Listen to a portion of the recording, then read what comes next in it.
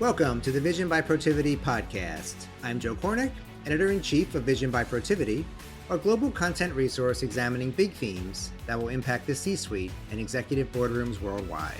Today, we're exploring the future of government, and we welcome Vanessa Janissen, CEO of New South Wales Health Pathology, where she leads Australia's largest public pathology and forensic science service. Employing more than 5,000 people, New South Wales Health Pathology performs over 100,000 clinical and scientific investigations each day across 60 laboratories and 150 plus collection centers. And sitting down with Janissen today is my colleague, Ruby Chen, a director with Protiviti Australia. Ruby, I'll turn it over to you to begin. Great. Thanks so much for the introduction, Joe. And today we're so privileged to have Vanessa from New South Wales Health Pathology here on our podcast. Thank you so much for joining us today, Vanessa. Thanks for having me, Ruby. Let's start off with our series of questions. The first one is around impacts on the community. So as the CEO of New South Wales Health Pathology, I'm sure there are many things that gets you excited about the organization. One of which I believe is the major in-flight digital transformation agenda. So the organization is looking to deliver a single digital patient record management system so that healthcare teams can access patient data anywhere in New South Wales. This will allow laboratories to connect and communicate for the first time in New South Wales history. So with New South Wales Health Pathology being the largest public pathology provider, you are custodians of a large store of patient data. And so many people may be wondering, how do you then balance patient privacy, data security, and IT resilience controls whilst ensuring comprehensive access to patient information for healthcare teams? It's a great question, Ruby. It's an exciting time in digital healthcare. It's transforming the way healthcare is delivered globally and fundamentally shifting how we consume health services as individuals. As you said, New South Wales Health Pathology, we're working to transform our services and models of care to take advantage of new digital technology. We're delivering patient services where they're needed and connecting our 65 laboratories and 5,000 medical and scientific experts to deliver care in new ways that we haven't been able to do before. At the moment, we're a very geography-based and constrained service. And what I mean by that is pathology really relies on either having the expertise on each site of our 65 locations or transporting specimens or samples across sites. And the physicality of that way of working really has some logistical limitations, particularly if you live in regional and rural communities where we don't always have access on site to that expertise, and you may have to wait longer for important clinical answers. So investing in digital is a real game changer for us in that space. Our investment in a single laboratory system that will connect and integrate our operations of 65 laboratories, adding to that the investment in technology that digitizes specimens and samples at the point of collection, but allows them to be reported by specialist expertise across the state, will really mean we can leverage our enormous capability in New South Wales to provide better answers and therefore better patient care and potentially, hopefully, outcomes for patients. In terms of the risks relating to data, undoubtedly, as we become more digitally enabled and process reliant and collect, as you said, a massive amounts of data, we have to be aware of our risks and duties of accountability to protect our patients' information. This is not a new problem or a new accountability for us. We've always done that. We've always had important and sensitive information that we need to protect. But certainly the scale and the impact of data breaches, data loss and system outages is fundamentally different now. I don't think that means we shy away from that direction because the upside of accessibility and integration and better care is phenomenal. What we have to do is really apply our clinical and corporate governance expertise into that new environment. How do we make sure we're on top of having the right protections, controls in place, making sure we test their efficacy and our ability to respond and recover? Perfect. Yeah, thanks so much for sharing that. I guess particularly across different industries in recent years, having sufficient corporate governance and oversight around the cybersecurity is such an important topic. So then in terms of our next question, This is just around overall challenges, particularly with changes in demographics. So, according to the Australian Bureau of Statistics, Australia is facing an aging population due to increasing life expectancy and declining fertility rates. It's estimated that by 2026, which is not long from now, more than 22% of Australians will be over 65 years of age. Would you mind sharing what strategies are being put in place to ensure pathology services and diagnostic services are tailored for this growing demographic? So certainly, as we have a larger, older population in the community, for New South Wales Health Pathology, we will need to scale our capacity in our services of hospitals to meet that additional demand and complexity of care. And we'll do that through a number of ways, utilising automation, robotics, the use of digital, as we've spoken. And I think AI has an important part to play in ensuring we can continue to provide those levels of services out to that community. But we also know that people don't fundamentally like being in hospitals and would prefer to receive care in other settings. And certainly, our vulnerable elderly patients often have poorer outcomes in hospitals with increased rates of delirium and falls. So, we need to think about what care looks like in people's homes, whether that be their traditional family home or whether that's residential aged care homes. We've seen the advent of virtual hospitals, and I think that's part of the answer. And virtual hospitals really came to the fore through necessity in COVID, in lockdowns, but certainly they're now taking off more mainstream, where people can receive treatment in their home while being virtually monitored at remote locations.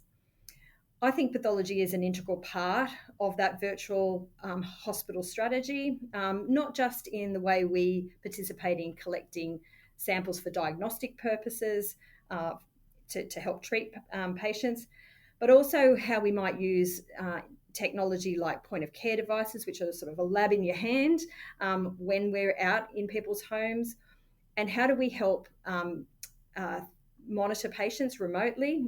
We know that the functionality of wearables and biometric devices will certainly help keep people safe in those locations. So we're really looking at our investment and how we partner with the local health districts and the hospitals around enabling that virtual setting. Yeah, that actually sounds really interesting and gives me a lot of hope for my future when I get to that age group. Yeah, Absolutely. We've got to get it right before we get there, Ruby. yeah, exactly. Thank you for that. Now, moving on to the next question. This is around employee well-being, which again, I think it's quite a topical area, particularly in the last few years, kind of post-COVID pandemic. It has been relatively tough for some of the healthcare workers across the state. I understand that New South Wales Health Pathology is investing in new technologies such as AI and robotics to reduce the manual burden on pathologists and scientists. Referring back to what you had mentioned earlier, but for slightly different uses. So you have also launched a revised people strategy to ensure staff well-being continues to be looked after.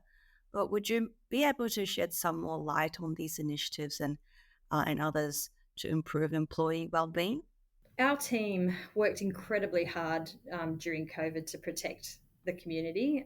We did over 15 million tests in the peak 2 years, an enormous amount of work, working in ways we've never had to work before. And with that ambitious change agenda that I mentioned in our first question, it's really important that we think about how we invest in our people alongside of that process.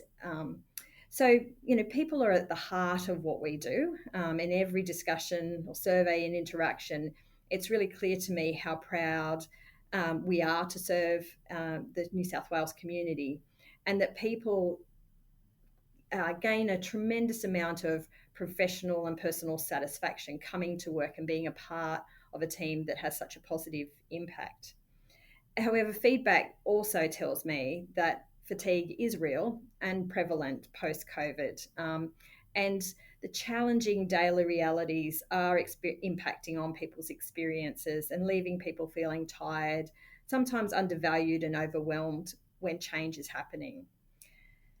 So that's why we really invested a lot of time in developing our people strategy. It's our map for achieving a culture we all seek, investing in things that our team told us were really important.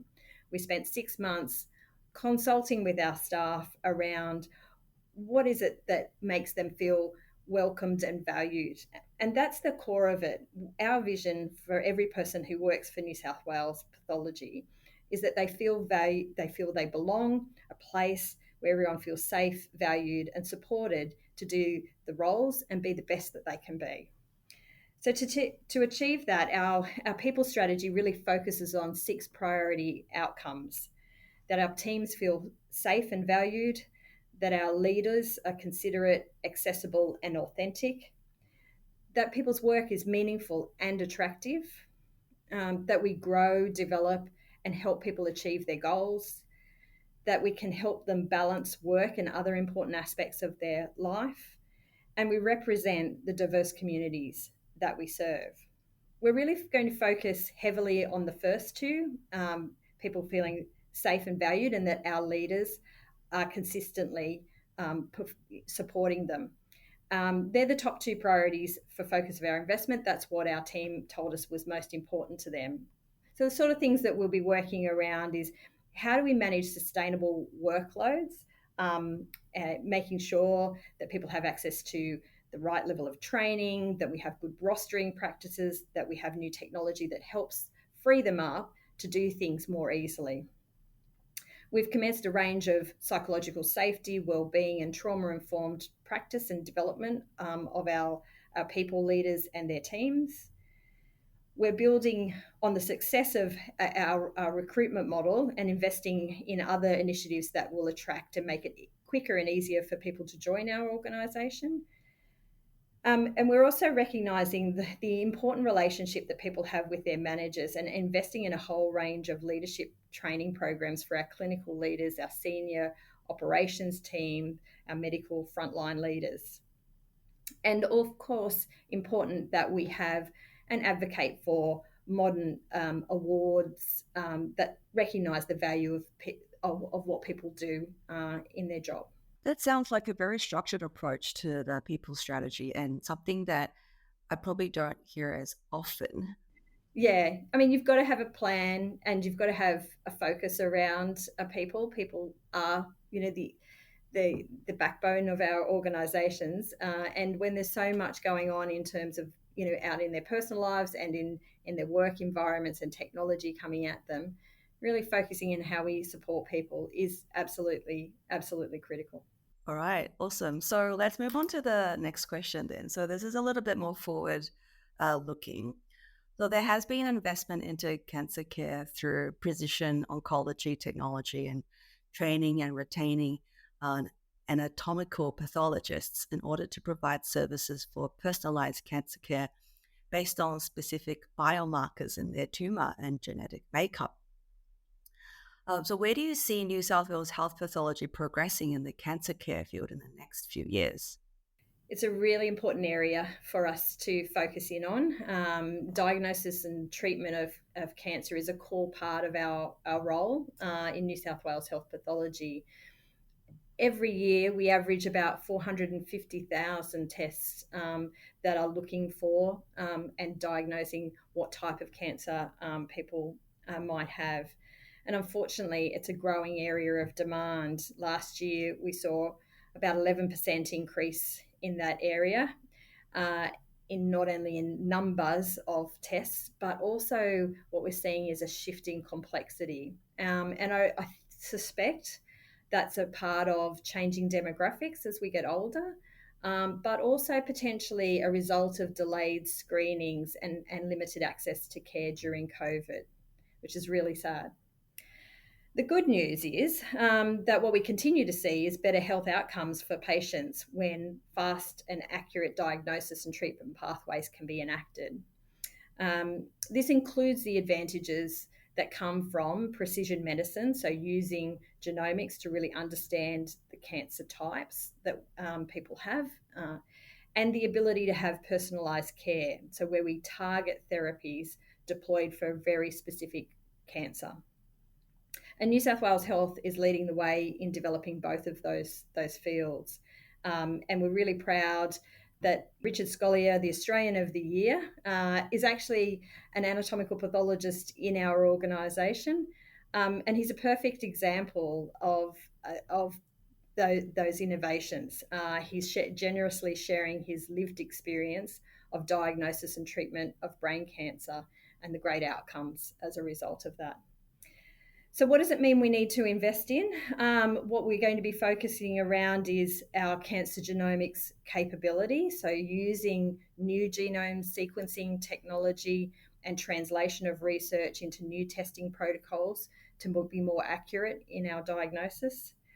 We're expanding our team's capability, so investing in genetic pathologists, the registrars that train, developing a very specific scientific workforce in this area, and in particular, an investment in bioinformaticians, because genomics produces a massive amount of data, and it's the interpretation of that data that we need to be really good at. We'll also continue to partner with world-leading researchers and institutes that advance knowledge of what good cancer care and good cancer diagnosis can look like. Yeah, I was actually just about to ask you around whether or not you have partnerships and alliances with other um, overseas kind of institutions. I guess in some other jurisdictions, the cancer rates are also relatively high, if not higher, than what we see in New South Wales. Would you mind sharing a little bit about the types of research that you've been doing conjointly with some of the world leading institutions? So we partner specifically with our hospitals and local health districts, and quite often they have on-site research institutes and connection into international research institutes. So that local partnerships is critically important, because then you're focusing in on a range of local need and demand in that area, but also the expertise, that multidisciplinary research support is really critical. So, and New South Wales Health Pathology, we can participate in that in terms of the capability we have in our experts in areas like anatomical pathology, but also we operationalise a biobank, which is an area that collects and stores specimens that goes into helping in research, in clinical trials, to really support those researchers on the ground to make those advancements. No, that sounds amazing. I really look forward to seeing more research outcomes and benefits for people who are going through cancer diagnosis and treatment. I think it sounds quite promising. I'm hoping there will be a breakthrough collectively as a lot of the leading organizations come together. Okay, great. So the last question we have here for you, Vanessa, is just a bit more visionary. So we've talked about emerging trends from enhancing digital experiences to increasing controls around IT security, Australia's aging population, improving employee well-being, and previous question around the cancer care initiatives. Could you share your thoughts on any other emerging trends that New South Wales Health Pathology will need to grapple with in the next 5 to 10 years? And how else do you see the organisation shaping into the future? So I think there's three things that are on my mind around the future. The first is really about this ongoing need to empower our patients in their care. That's what we hear from patients. They want to have more control, choice, and activate preventative care earlier in their lives. And I think the growing capability around point of care testing and biometric devices that really allow people to gain access to that information personally early, to help them manage their diseases, to enable them to access and change their lifestyle to support better outcomes, is something that we really need to support. And I think for New South Wales Health Pathology, we've got a really good role to play in that, because we do have the expertise around how to interpret data, how to interpret results. So I'm thinking about how do we connect that expertise into patients when they're in control of their care, in whatever setting that might be. The second area that I think is an important emerging trend, and I say emerging, but it's here and it's real and it's growing really rapidly, is how we use AI and deep learning. We're already seeing the advantages of that in image analysis and large data set interpretation, such as in whole genome sequencing. And it's really helping to augment our expertise, not replace it. So how do we maximize that support? How do we ensure that our teams have got the right tools, they're applying those tools in a safe way to do their job, but also to free them up to do the parts of their job that matter most, which is the human-to-human contact. The third area that I think is, again, rapidly emerging is big data analytics, and being able to look at trends through big data and population insights. And I think through that area, what we can be doing is looking at, the prediction of care needs, really thinking and seeing how are patients, health performing, where are they starting to see deterioration in their health, and how can we translate that into care needs and models of care and into research requirements. So I think there are a couple of the important trends that we're thinking about, but inevitably what matters most is how we support our people to have the capability, the time to engage, to collaborate, to partner in those emerging trends, to identify the incredible opportunities and bring them into reality for the communities we serve. Yeah, I think you've raised some very important areas, and I guess the thematic, which is around data and information in general. So from gaining access to data early to AI and big data analytics, deep learning, they're all kind of fit within IT and information in that kind of bucket, right? So that's really interesting to hear. Yeah, and that really reshapes, I guess, in some ways, kind of what our workforce needs are as well. So we're thinking about how does that play into our people strategy in terms of the new jobs that will be coming along, and how do we attract and retain, those expertise in that area that really we haven't had to have in our workforce before. So it's a really exciting time. Really, really interesting. Thank you so much, Vanessa. I've learned so much just over the past half an hour or so about New South Wales pathology and also just pathology in general. So that's been super helpful and very insightful. I'd just like to take the opportunity to thank you so much for your time in this podcast. Thanks very much for having me, Ruby. It's been a great conversation. Yeah, thank you. Okay, great. Well, Joe, we'll hand over back to you. Thanks, Ruby. And thanks, Vanessa. And thank you for listening to the Vision by Protiviti podcast. Please rate and subscribe wherever you listen to podcasts. And be sure to visit vision.protiviti.com to view all of our latest content. Until next time, I'm Joe Cornick.